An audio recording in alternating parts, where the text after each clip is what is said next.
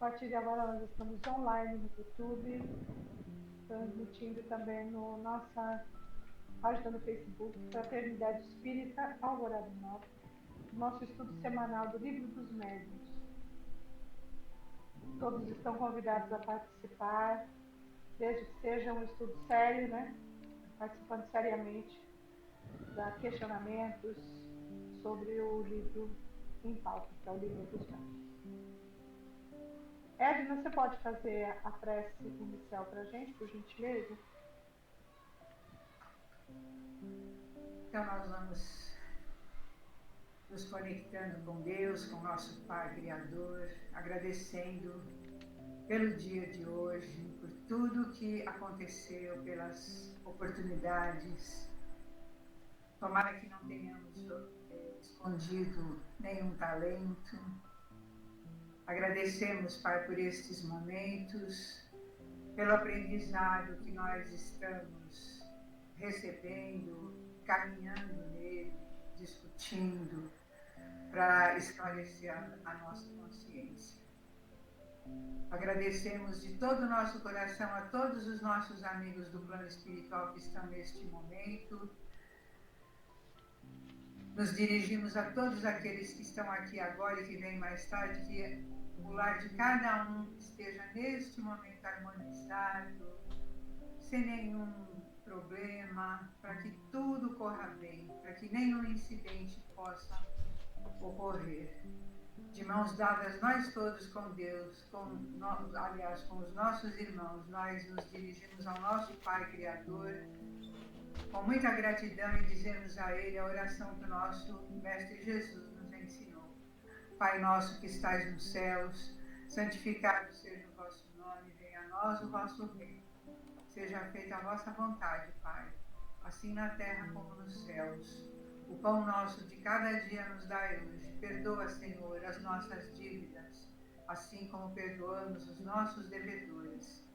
Não nos deixes cair em tentação e livra-nos, Senhor, sempre de cometermos o mal. Que assim seja, graças a Deus e graças a Jesus. Muito bem. Então nós estamos no capítulo 22, falando da mediunidade nos animais, ok? Nós vamos ler o item 235, é isso? Ou lemos o 235 já? 236. Ok. Então vamos lá. Lucineide, você pode ler para a gente o 236? Claro, posso sim. Nossa, é enorme. É a aula toda ela vai passar. Eita, lasqueira. Vai lendo que eu dou um ok depois para a gente trocar um pouco para descansar a voz. Tá bom. 236. A questão da mediunidade dos animais foi plenamente resolvida na dissertação seguinte, feita por um espírito cuja profundidade e sagacidade podem ser apreciadas nas citações que já fizemos. Para bem se aprender o valor de sua demonstração, é essencial que nos reportemos à sua explicação anterior sobre o papel dos médiuns nas comunicações reproduzidas atrás, no número 225. Aqui ele está se referindo ao Erasto, né? Isso, é o Erasto. Agora eu estou procurando 225 aqui. Eu acho que é uma dissertação que o Erasto fez a respeito do papel dos médiuns nas comunicações espíritas. Deixa eu ir, estou chegando lá, gente. A dissertação que se segue, esse aqui é o item 225, é dada por um espírito superior de ordem elevadíssima, a questão do papel do médium. Nós nos comunicamos com os espíritos encarnados dos médiums, não só pela irradiação do nosso pensamento. Estou resumindo a fala dele, tá? Todos os espíritos percebem os pensamentos que lhes desejamos transmitir, tá? Isso em razão de as suas faculdades intelectuais. Estão vendo as palavras? Compreender em virtude do adiantamento, né? O pensamento do espírito precisa ser compreendido pela mente do médium comunicante. o espírito encarnado que nos serve de médium é mais apto a exprimir o nosso pensamento a outros encarnados. É por isso que nos servimos dele, porquanto ser o terreno, ser seu corpo, como instrumento à nossa disposição, o que o espírito errante não pode fazer. Então, eles se servem do espírito de um médium que está encarnado, porque é muito mais fácil para transmitir o pensamento deles do que se eles pegam um espírito errante para se comunicar e, através desse espírito, comunicar mensagem. Tá? Então, o que ele vai dizer aqui, mais ou menos, é um resumo de que é preciso conexão mental para que haja a mediunidade. Tá? A mente é característica dos seres humanos, do espírito encarnado. E eu estava falando na aula passada que o animal ainda não tem alma, né? Ele só tem o princípio inteligente, ainda em evolução. Continua, Lucinite. Esta comunicação foi dada em seguida a uma discussão a respeito na Sociedade Parisiense de Estudos Espíritas. Abordo hoje a questão da mediunidade dos animais, levantada e sustentada por um dos vossos companheiros mais fervorosos.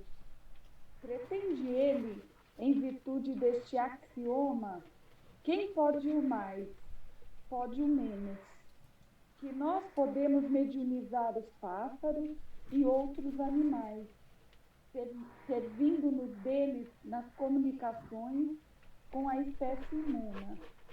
É o que chamais em filosofia, e mais particularmente em lógica, única e simplesmente um sofisma. Animais, diz ele, a matéria inerte, ou seja, uma mesa, uma cadeira, um piano, com mais razão deveis animar a matéria já animada, principalmente a dos pássaros. Pois bem, dentro das leis normais do espiritismo, isso não é assim, e não pode ser assim. Primeiro, ponderemos bem as coisas. O que é um médium? É o ser indivíduo que serve de intermediário aos espíritos para que esses possam comunicar-se facilmente com os homens, espíritos encarnados. Por conseguinte, sem médium, não há comunicações tangíveis mentais, escritas, físicas ou de qualquer espécie que seja. Há um princípio que disso estou seguro, é admitido por todos os espíritas, o de que os semelhantes agem através dos semelhantes e como os seus semelhantes. Ora, quais são os semelhantes dos espíritos, se não os espíritos encarnados ou não? Seria preciso repetir isto sem cessar. Pois bem, eu repetirei ainda. O vosso espírito e o nosso são tirados do mesmo meio, são de natureza idêntica, são semelhantes, numa palavra. Possuem ambos uma capacidade de assimilar. Só um minutinho, Lucinete. No parágrafo, ele fala assim, eu queria que vocês confirmassem para mim. Pois bem, repeti-lo-ei ainda, o vosso perispírito, e não o vosso meu livro espírito. está escrito perispírito. No meu também. Tem alguém que está escrito espírito? Ô Mário, desculpa, acho que foi eu que li errado, é perispírito mesmo. O espírito perispírito, é perispírito, desculpa. Então vamos voltar lá. Na leitura. Então tá, então voltemos lá. O vosso, volta lá na... Lê de novo. Pois bem, eu repetirei ainda. O vosso perispírito e o nosso são tirados do mesmo meio. São de natureza idêntica. São semelhantes numa palavra. Possuem ambos uma capacidade de assimilação, mais ou menos desenvolvida, de imantação mais ou menos vigorosa, que permite a nós, espíritos e encarnados, pôr-nos muito pronta e facilmente em relação. Enfim, o que pertence especificamente aos médiuns é a essência mesma de sua individualidade. É uma afinidade especial e, ao mesmo tempo, uma força de expansão particular que anulam neles toda possibilidade de rejeição, estabelecendo entre eles e nós uma espécie de corrente ou difusão que facilita as nossas comunicações.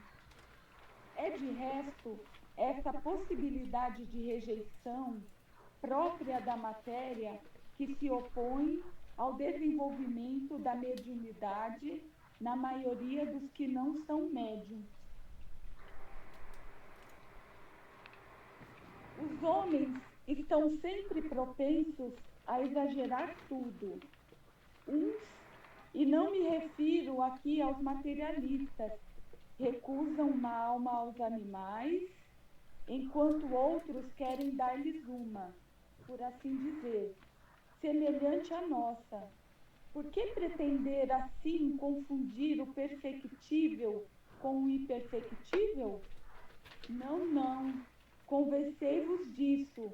O fogo que anima os animais, o sopro que o faz agir, movimentar-se e falar na sua linguagem própria, não tem, quanto ao presente, nenhuma aptidão para se mesclar, se unir ou se confundir com o sopro divino, a alma etérea, o espírito, numa palavra que anima o ser essencialmente perfectível, o homem, esse, o rei da criação. Ora, não é isso que faz a superioridade da espécie humana sobre as outras espécies terrenas? Essa condição essencial de perfectibilidade? Pois bem, reconhecei então que não se pode assimilar ao homem, único, perfectível em si mesmo e nas suas obras, qualquer outro indivíduo de outras espécies viventes da Terra. Dá um tempinho aí pra gente. Dá um tempinho. Perfectível. Passível de se tornar perfeito. Imperfectível é que não tem essa aptidão. Tá? Então ele está dizendo o espírito, em uma palavra, que anima o ser essencialmente perfectível. O ser essencialmente que pode se tornar perfeito. Né? Reconhecei, então, que não se pode assimilar ao homem, e só ele é perfectível em si mesmo e nas suas obras, nenhum indivíduo de outras raças que vivem na Terra. Matou só para ele. Ele vai mais além, né? Mas só com isso ele já definiu. Tá? Eu vou ler um pedacinho. O cão, que pela sua inteligência superior entre os animais, se tornou o amigo e o comensal do homem, será perfectível por si mesmo, por sua iniciativa pessoal? A gente já sabe a resposta. Ninguém ousaria afirmá-lo, porquanto o cão não faz progredir o cão. O cão progride a si mesmo só. Vocês entenderam? O que dentre eles se mostre mais bem educado, sempre o foi pelo seu dono. Foi bem educado pelo seu dono. Desde que o mundo é mundo, a lontra sempre construiu a sua choça, a sua habitação, em cima d'água, seguindo as mesmas proporções e uma regra invariável. Os rouxinóis e as andorinhas jamais construíram os respectivos ninhos senão do mesmo modo que seus pais o fizeram. Um ninho de pardais, de antes do dilúvio, como um ninho de pardais nos tempos modernos, é sempre um ninho de pardais, edificado nas mesmas condições e com o mesmo sistema de entrelaçamento das palhinhas e dos fragmentos apanhados na primavera, na época dos amores. As abelhas e formigas, que formam pequeninas repúblicas bem administradas, jamais mudaram seus hábitos de abastecimento, sua maneira de proceder, seus costumes, suas produções. A aranha finalmente tece a sua teia sempre do mesmo modo, qualquer seja a aranha, né? Por outro lado, se procurardes as cabanas de folhagens e as tendas das primeiras idades do mundo, perdão, encontrareis, em lugar de umas e outras, os palácios e os castelos da civilização moderna. As vestes de peles brutas sucederam os tecidos de ouro e seda. Enfim, a cada passo, achais a prova da marcha incessante da humanidade pelo caminho do progresso. É claro e nítido a diferença, ok? Pode ler, Mário, um pedacinho a partir de agora?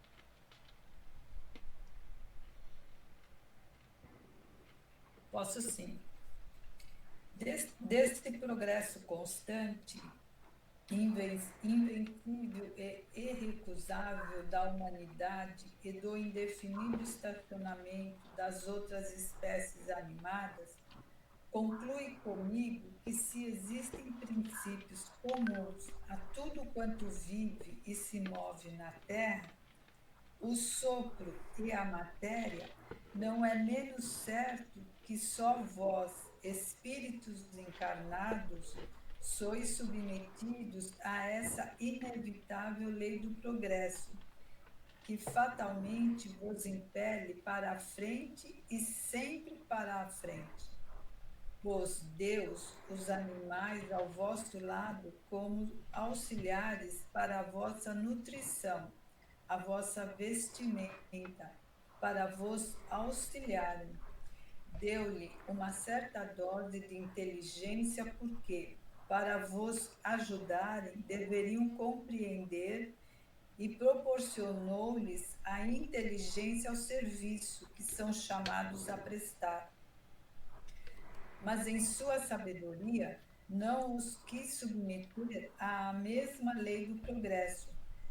Tais quais foram criados ficaram e ficarão até a extinção de suas raças respectivas. Só um instantinho. Dizem. Só um minutinho, só um minutinho. Pois não. Tá, só um minutinho. Pois. Vou interromper aí um pouquinho. A lei do progresso a que ele se refere é uma lei universal que diz mais ou menos assim: o progresso vai chegar inevitavelmente a todos nós, independente se nós queiramos ou não evoluir. Bom, a gente sempre tem duas opções: evoluir pelo conhecimento, pelo amor ou pelo sofrimento. Essa é a lei do progresso. Os animais não estão sujeitos a essa lei. Porém, a lei que eles se submetem é a lei da vivência em todos os níveis da sua espécie. A vivência de relação, a vivência de sobrevivência, a vivência de constituir prole, a vivência de manter a espécie, de buscarem alimento, de buscarem abrigo, de se defenderem contra os predadores. Vocês entenderam? A lei de evolução, que é a lei do progresso, é do espírito humano. Os animais, que também possuem a certeza divina, não tem lei do progresso, é a lei da vivência. É preciso vivenciar tudo que aquela determinada espécie pode proporcionar de aprendizado, né? São aprendizados, a gente pode falar assim, aprendizados relativos, porque como eles não têm a inteligência pensante como o ser humano, então eles precisam vivenciar, por exemplo, a convivência. Então, uma determinada espécie de uma planta, por exemplo, ou de um animal. Vou falar dos corpos de espinhos, tá? É bem isso. Tem até uma mensagem bonitinha dos corpos de espinhos. Eles soltam espinhos quando eles são tocados. A convivência entre eles é necessária para aprender esse toque do espinho, o toque que incomoda. Não o ensinamento moral tirado disso, porque esse ensinamento moral é somente que o espírito que é capaz de fazer. Se nós estudarmos a filosofia clássica, né, antiga, onde ele fala da lógica, a gente vai entender, né? Então, o animal precisa vivenciar corpo espinho, encostando no corpo espinho, esse espetar-se para ter o vislumbre da sensação de incomodar-se com o outro e ter que conviver. Mas essa inferência, ou seja, esse raciocínio que eu estou passando para você, eles não têm. Eles só vão passar espetando-se uns aos outros. Mas o princípio inteligente que está com ele vai aprender isso. E daí depois, na escala evolutiva, quando ele tiver já como espírito encarnando, ele vai conseguir vivenciar fazendo essa reflexão lógica sobre o que é essa convivência ruim, essa tolerância entre aqueles que nos incomodam. Vocês compreenderam?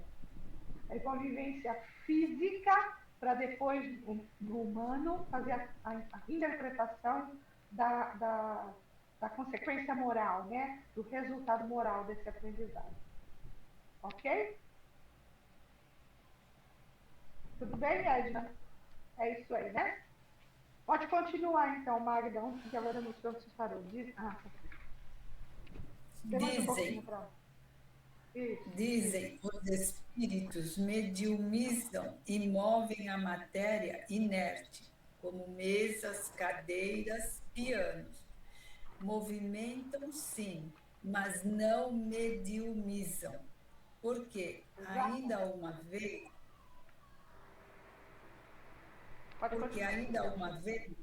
tem médium, nenhum desses fenômenos pode produzir-se. Que haverá de extraordinário que, com o auxílio de um ou vários médiuns, nós façamos mover a matéria inerte, passiva, e que, justamente por força dessa passividade, dessa inércia, é apta a receber os movimentos e os impulsos que lhe queiramos imprimir? Para tanto, nós necessitamos de médiuns, é certo, mas não é preciso que o médium esteja presente ou seja consciente do fato, pois podemos agir com o elemento que nos fornece sem seu conhecimento e fora de sua presença, sobretudo nos casos de tangibilidade e de transportes. Nosso invólucro fluídico, mais imponderável e mais sutil que o mais sutil e mais imponderável dos vossos gases, unindo-se, casando-se, combinando-se com o envoltório fluídico mais animalizado do médium, e cuja propriedade de expansão e de penetrabilidade é imperceptível por vossos grosseiros sentidos e quase inexplicável para vós. Permite que movamos os móveis e até que os quebramos em casas desabitadas. Certamente... Só um minutinho. Aí a gente vai lembrar do estudo do Livro dos Espíritos, né? Quando a gente falou que para os efeitos físicos, ou no início daqui do Livro dos Médiuns também, que para os efeitos físicos precisa-se de médium, mas não para mediunizar mesmo, para que o médico doe ectoplasma, o fluido animalizado, né? Que combinado com o fluido do espírito vai fazer com que essa mesa se anime momentaneamente de movimento, mas ela não vai criar uma alma, né? Não tem mediunidade, é combinação de fluidos, isso chama-se magnetismo, ok? Pode continuar.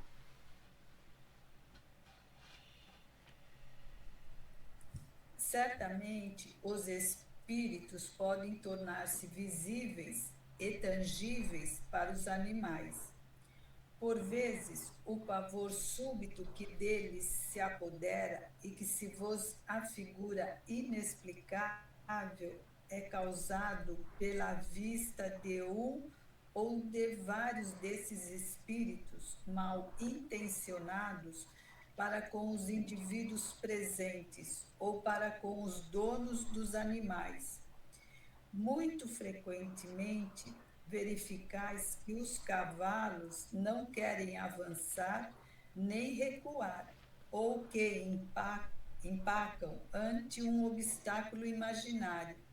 Então, ficais certos de que o obstáculo imaginário é um espírito ou um grupo de espíritos que se divertem e lhes barrar o caminho. Lembrai-vos do burro de Balaão que, vendo o anjo em sua frente e temendo a sua espada chamejante, se obstinava em ficar parado. É que, antes de se tornar visível a Balaão, o anjo tinha querido tornar-se visível apenas para o animal. Mas, repito, nós não mediunizamos diretamente nem os animais, nem a matéria inerte. Sempre nos é necessário o concurso consciente.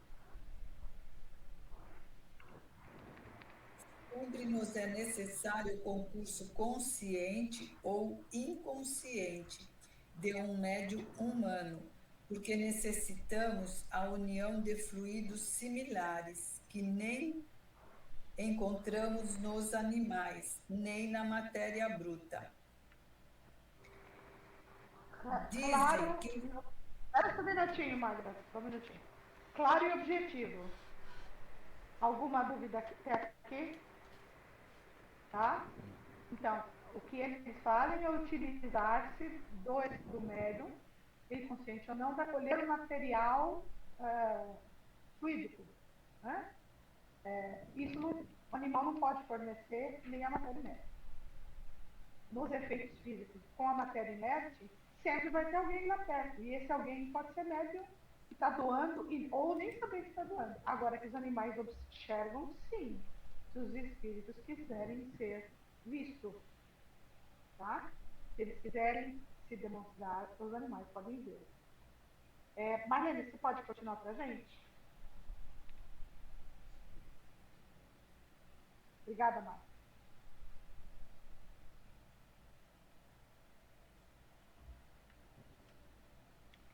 Tá sem som, Marlene.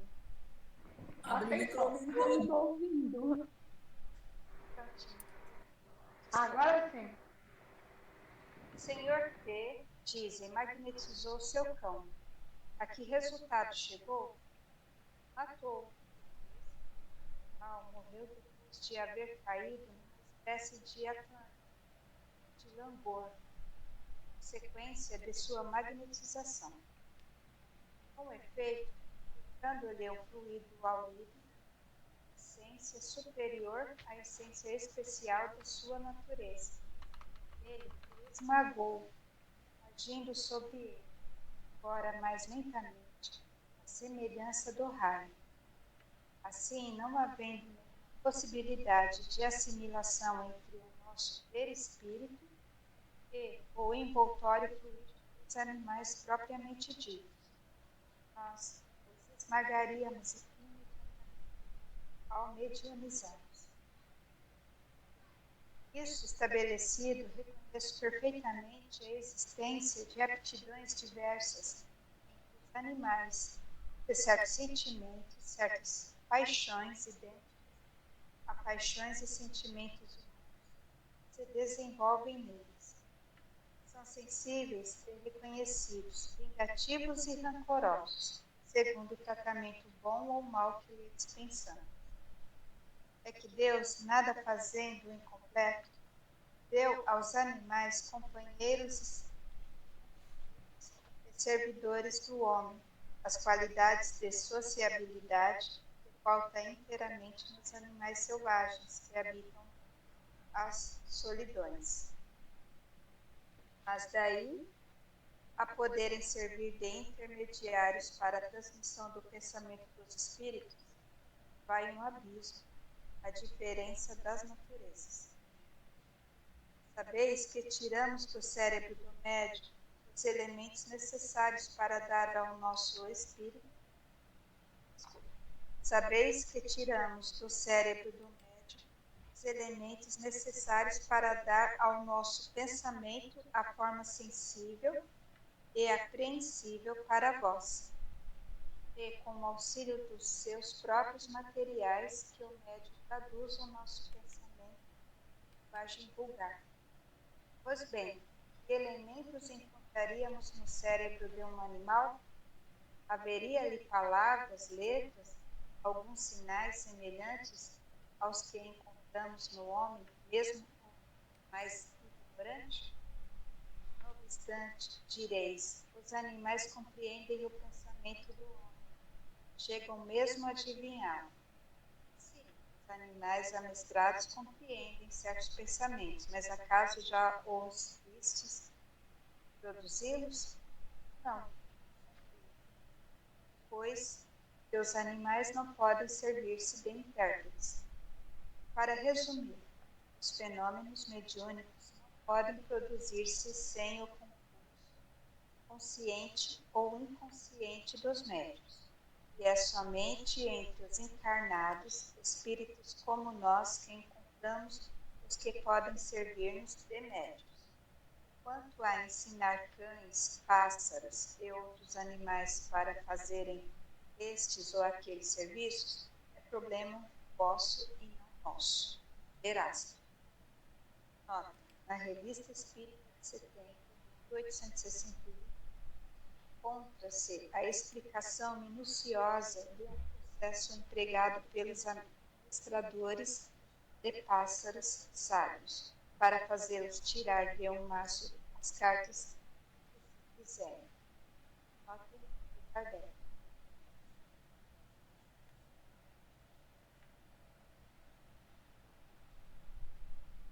Tem que ligar. Abre o microfone, Mari. Opa, desculpa.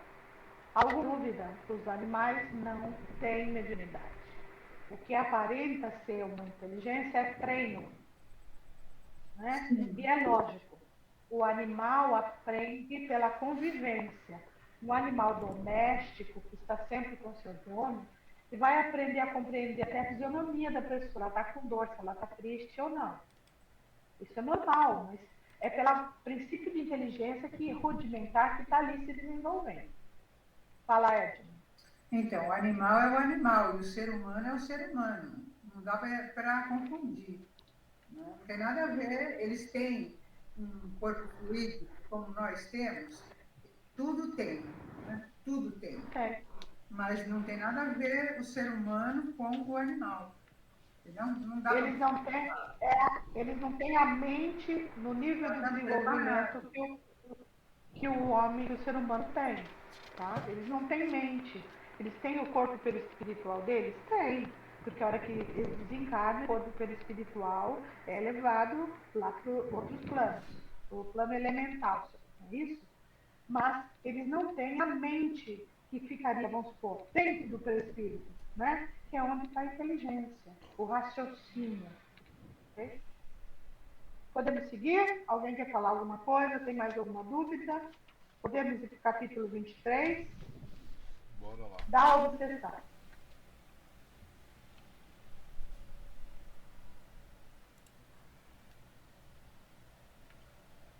Seu microfone está fechado. Ele está fechando sozinho. Desculpa. Então, nós podemos passar para o capítulo 23 da obsessão. Vamos falar sobre obsessão simples, fascinação e subjugação. São 3 gradações da obsessão. causas da obsessão e os meios de combater a obsessão. Ok? Edna pode ler para a gente? 237. Sim.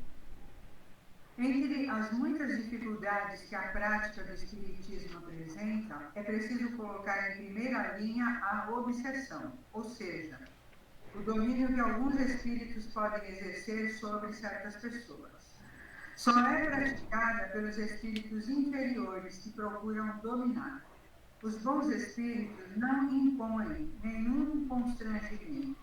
Eles aconselham, combatem a influência dos maus e, se não são ouvidos, se retiram.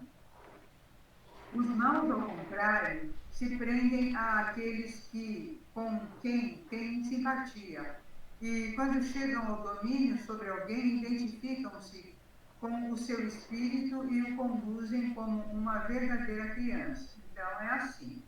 A gente se comunica com quem a gente tem sintonia. Né? Eles se aproximam porque a gente tem sintonia com eles. Né? A obsessão apresenta características diversas que é necessário distinguir e que resultam do grau de constrangimento e da natureza dos efeitos que produz. A palavra obsessão é, de algum modo, um termo genérico, abrangente, que designa esse conjunto de fenômenos cujas principais variedades são a obsessão simples, a fascinação e a subjugação. Continua? Lê mais essa daí, depois Tá. Isso. A obsessão simples acontece quando um espírito malfazejo se impõe a um médium intromete-se a seu mau gosto nas comunicações que recebe, impedindo-o de se comunicar com outros espíritos e se fazendo passar pelos que são evocados. Não se está obsidiado só porque se é enganado por um espírito mentiroso. Então, que a gente não fique, às vezes eu fui enganado, eu já tô sofrendo de obsessão. Não é bem assim. A obsessão é uma outra situação, né? O melhor médium está sujeito a isso. Principalmente no começo, quando ainda lhe falta a experiência necessária. Do mesmo modo que entre nós, as pessoas mais honestas podem ser enganadas por espertalhões. Pode-se, portanto, ser enganado sem estar obsidiado. A obsessão consiste na ligação constante com o espírito do qual não se consegue desembaraçar. Na obsessão simples, o médium sabe muito bem que está sob a influência de um espírito enganador. E este não esconde isso. Não disfarça de modo algum suas más intenções e seu desejo de contrariar. O médium reconhece facilmente a fraude e, como se mantém alerta, raramente é enganado. Essa forma de obsessão é simplesmente desagradável e não tem outro inconveniente senão o de opor um obstáculo às comunicações que se gostaria de ter de espíritos sérios ou daqueles a quem se tem afeição. Pode-se incluir nessa categoria os casos de obsessão física, que consiste nas manifestações ruidosas e obstinadas de certos espíritos que fazem ouvir espontaneamente pancadas e outros ruídos. Recomendamos ler, a respeito desse fenômeno, o capítulo 5, Manifestações Físicas Espontâneas. Veja a questão número 82.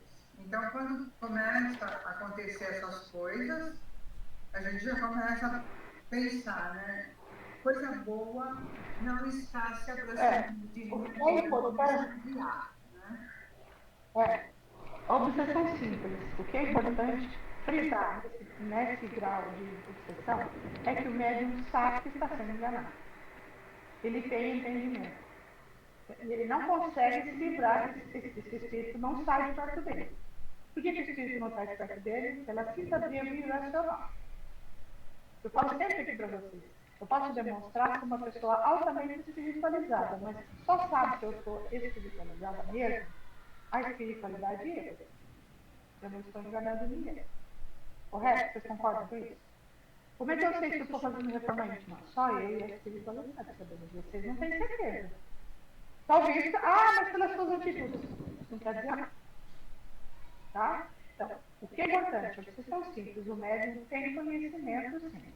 Daí é onde está a curva, né? Onde está a bifurcação do caminho. Opa, eu sei disso aqui, eu vou pelo caminho errado, o livre-arbítrio, ou eu insisto em combatê-lo, me transformando, cuidando, me vigiando, né? Aprendendo com essa experiência, né? Por que eu estou sendo alvo? Estou sendo alvo porque tem alguma coisa de afinidade com ele. É a minha falta de paciência. Vocês entenderam o que eu estou falando? Então, quando isso acontece e o médium resolve repelir e se esforçar para repeli-lo através do seu comportamento moral, o espírito se cansa e vai embora. Muitas vezes precisa de um tratamento, um tratamento de base. Mas é importante frisar, ela é apenas desagradável. E o inconveniente é que o médium não consegue receber boas comunicações de espíritos elevados. Mas lembre-se, ele sabe que está sendo enganado. Armênio, pode ler o 239 para a gente? O próximo grau da obsessão, a fascinação. A fascinação tem consequências mais graves. Trata-se de uma ilusão criada diretamente pelo espírito no pensamento do médium e que paralisa, de certa maneira, a sua capacidade de julgar as comunicações. O médium fascinado não se considera enganado. O espírito consegue inspirar-lhe uma confiança cega, impedindo-o de ver a mistificação e de compreender o absurdo do que escreve, mesmo quando este salta aos olhos de todos. A ilusão pode chegar ao ponto de levá-lo a considerar sublime a linguagem mais ridícula. Enganam-se os que pensam que esse tipo de obsessão só pode atingir as pessoas simples, ignorantes e desprovidas de senso. Os homens mais adilados, mais instruídos e inteligentes, em outro sentido, não estão mais livres dessa ilusão, o que prova tratar-se de uma aberração produzida por uma causa estranha, cuja influência os subjuga. Dissemos que as consequências da fascinação são muito mais graves. Com efeito, graças a essa ilusão que lhe é consequente, o espírito dirige a sua vítima como se faz a um cego, podendo levá-lo a aceitar as doutrinas mais absurdas e as teorias mais falsas como sendo as únicas expressões da verdade. Além disso, pode arrastá-lo a ações... Termina essa frase, né? Termina essa frase. Além disso, pode arrastá-lo a ações ridículas, comprometedoras e até mesmo bastante perigosas. Geraldo, você levantou a mão. Mari, Pode falar, pode passar. o seu ventilador tá abafando o som. Tá. Tá bom. Eu vou parar ele então. Ou liga ele, só liga o microfone na hora que você for falar. Ok. Desculpa então. Vocês estão percebendo a diferença já? A fascinação é provocada de uma maneira tal que o médium não percebe que está sendo enganado. Ele acredita que a comunicação é verdadeira, originária de um espírito superior. Olha a diferença, né? A dominação é muito maior, né? E aqui ele fala de uma coisa muito interessante, que não só é um erro achar que somente as pessoas simples, com pouca instrução, são objeto da fascinação. Pessoas muito instruídas intelectualmente e instruídas na doutrina espírita também são passíveis de fascinação, desde que haja aptidão de senso moral, que a gente fala assim, né? Agora, o que é muito mais grave do que a fascinação em si é as consequências disso. Porque se a pessoa está positivamente na certeza de que ela não está sendo enganada e ela não escuta seu orientador encarnado, ela não vai ouvir seu mentor também. Então, ela não escuta o dirigente da casa ou o dirigente do trabalho, ela vai se expor a situações vexatórias, ridículas e enganosas, que vão trazer consequências muito graves para ela. Né? E muitas vezes até para a casa espírita, se não se toma uma atitude mais séria. Pode continuar, Lênia, eu vou desligar meu microfone.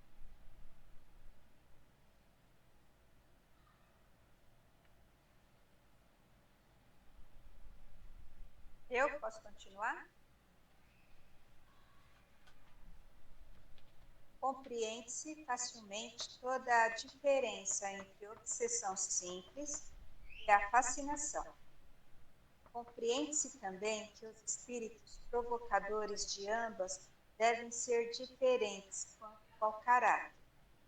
Na primeira, o espírito que se apega ao médium é apenas um importuno, pela sua insistência, do qual ele procura livrar-se.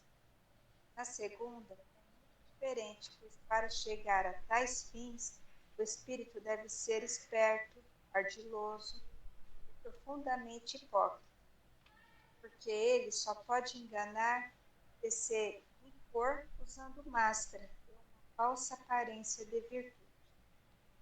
As grandes palavras como caridade, humildade e amor a Deus servem-lhe de carta de confiança, mas através de tudo isso deixa passar os sinais de sua inferioridade, que só o fascinado não percebe.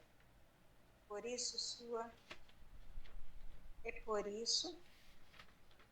mesmo ele teme mais do que tudo as pessoas que veem as coisas com clareza. Sua tática é quase sempre a de inspirar ao seu intérprete afastamento de quem quer que possa abrir-lhe os olhos, evitando por esse meio qualquer contradição. Está certo de ter sempre razão.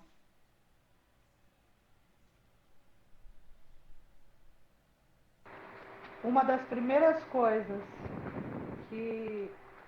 Pode passar. Uma das primeiras coisas que fazem, se eles são confrontados, é influenciar o médium que está fascinado a se afastar da casa espírita, a mudar de casa espírita, a começar a trabalhar sozinho em casa.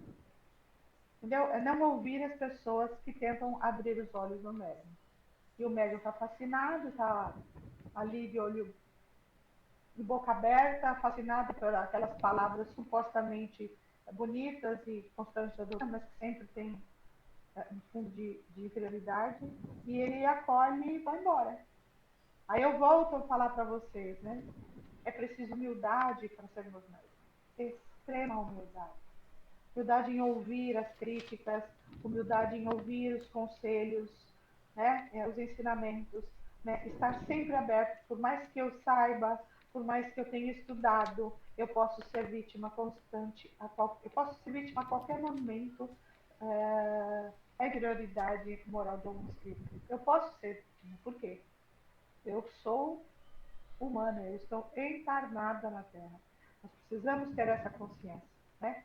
A possibilidade da imperfeição, né? Ela é constante, de queda, de erro, é constante.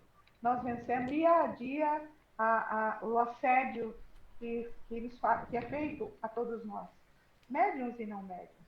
Então, é preciso muita humildade, né? Para trabalhar em equipe, para trabalhar com um grupo de pessoas, confiar nessas pessoas a ponto de se elas me disserem, é isso, você acatar, e é melhor acatar uma mentira, um erro, do que aceitar uma fascinação. Né? Eu acho que dá, aí é muito, eu acho que dá para ler, será? 240, vamos ler o 240 para a gente entender a subjugação, que é o terceiro grau, né? Só o item 240. Depois a gente continua. Magda, você pode ler, por favor? Leio sim. 240. A subjugação é um aperto que paralisa a vontade de quem a sofre e o faz agir malgrado seu. Numa palavra, é um verdadeiro jugo. A subjugação pode ser moral ou corporal. No primeiro caso, o subjugado é solicitado a tomar determinações por vezes absurdas e comprometedoras que, por uma espécie de ilusão, julga sensatas. É uma espécie de fascinação. No segundo caso, o espírito age sobre os órgãos materiais e provoca movimentos involuntários. No médium escrevente, ela se traduz por uma incessante necessidade de escrever, mesmo nas mais inoportunas ocasiões.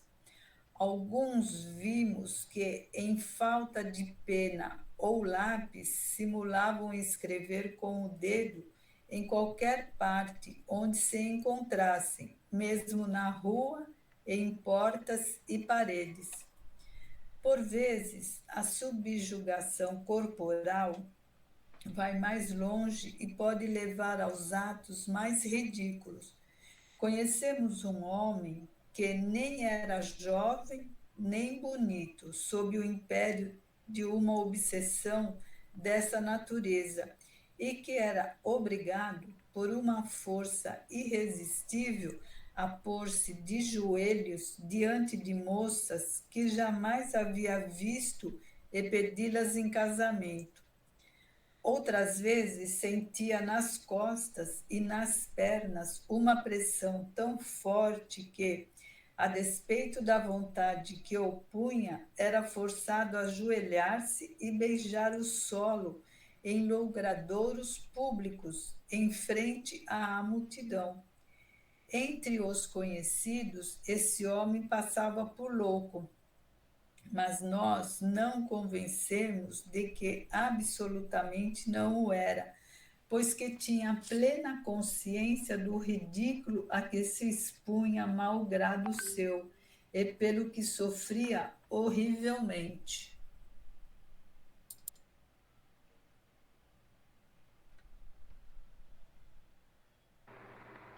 De uma maneira simples, nós já relatamos os 3 tipos de obsessão, né? É a subjugação ser moral ou corporal, tá? A moral é fazer crer resoluções absurdas, estúpidas e achar que está certo, né? E a corporal já está bem explicado aí, né? Quem nunca às vezes encontrou alguém sendo maestro no meio de uma praça, né? Isso é muito comum, né? Esses casos de distúrbios mentais graves, sérios, que a gente vê aí, os nossos irmãozinhos moradores de rua, também se perdem no álcool, né? Nos vícios, eles estão tem muitos casos de obsessão, muitos, né? Abre o microfone para falar, eu não te ouvi, Edson.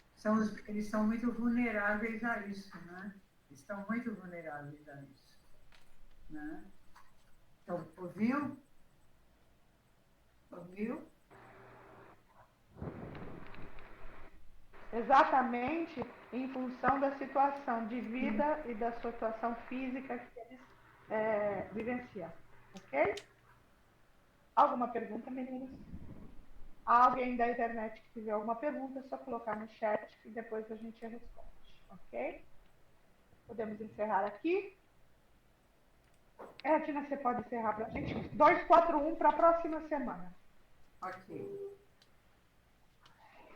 Então, nós vamos agradecendo a Deus por mais estes momentos de aprendizagem, agradecendo a todos que estão ainda conosco aqui, que nos ajudaram a compreender, para que a gente não fique com nenhuma dúvida.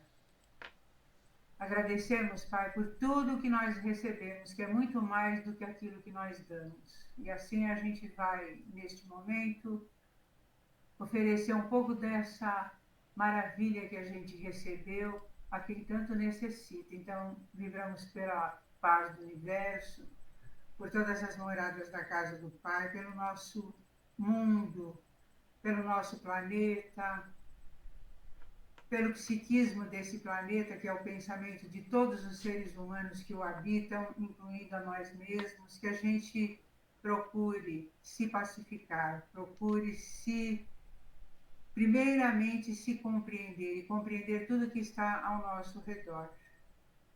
Vibramos intensamente pelos doentes do mundo, por aqueles que estão nas ruas, vulneráveis, enlouquecidos, perdidos de si, que já não se reconhecem como seres humanos, muitos deles.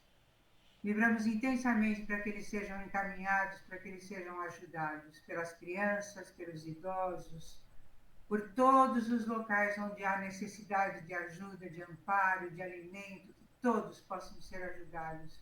E vibramos por nós, pelo nosso mundo, para que a gente seja mais fraterno, para que nós possamos ser menos indiferentes, que a gente possa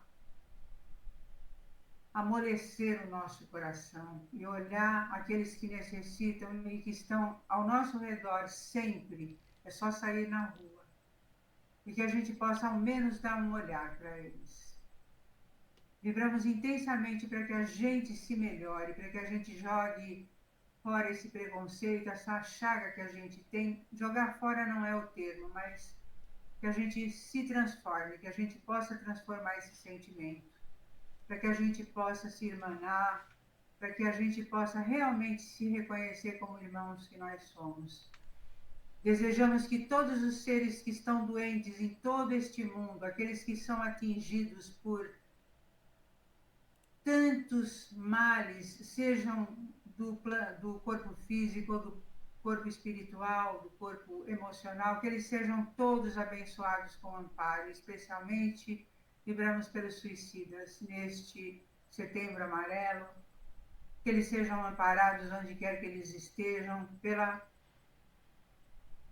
por todas as nossas irmãs e irmãos de Maria de Nazaré, que ajudam no espaço, tanta gente que se tira a vida. Que eles sejam muito abençoados com amparo, com proteção e com socorro. Vibramos especialmente por cada um de nós, que a gente possa estar aqui novamente na próxima semana e que especialmente a gente pratique o bem, que a gente pratique a paz, porque a gente conhece o Evangelho, mas a gente precisa vivê-lo.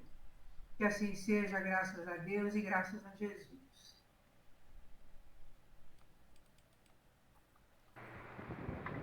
Graças a Deus, graças a Jesus. Boa noite, obrigado a todos. Bom descanso, até a semana que vem, queridos.